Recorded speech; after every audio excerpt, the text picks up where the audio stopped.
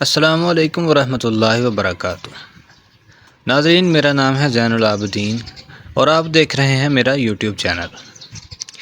ناظرین، ایک طویل عرصے سے لوگ اس سوال پر بحث کرتے آ رہے ہیں کہ دنیا میں پہلے مرغی آئی یا انڈا، لیکن آج تک لوگوں کے درمیان اس بات کے اوپر اختلاف ہے کہ مرغی پہلے آئی یا انڈا۔ Journal Nature Ecology and Evolution میں شائع ہونے والی تحقیق کے محققین نے ایک خیال پیش کیا کہ موجودہ دور میں انڈے دینے والے پرندے اور رینگنے والے جانوروں کے آباء و اجداد نے بھی دیگر جانوروں کی طرح ہی بچوں کو جنم دیا۔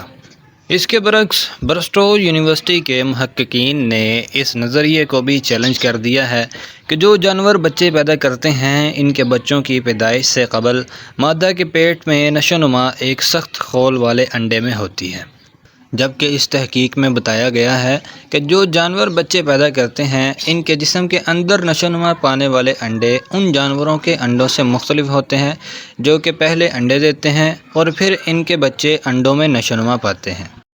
تحقیق میں مزید یہ بھی بتایا گیا ہے کہ جو جانور بچے پیدا کرتے ہیں ان کے بچوں کے مادہ کے پیٹ میں نشو و نما جس انڈے میں ہوتی ہے اس کا بیرونی خول سخت نہیں ہوتا بلکہ نرم جھلیوں پر مشتمل ہوتا ہے۔ سائنسدانوں کی اس طویل بحث اور تحقیق کے باوجود تاہم ابھی تک کوئی حتمی فیصلہ نہیں کیا گیا کہ پہلے مرغی آئی یا انڈا، لیکن میں قربان جاؤں قرآن کی عظمت پر کہ جس کے اندر ہر بات کا جواب 1400 سال پہلے سے ہمیں دے دیا گیا۔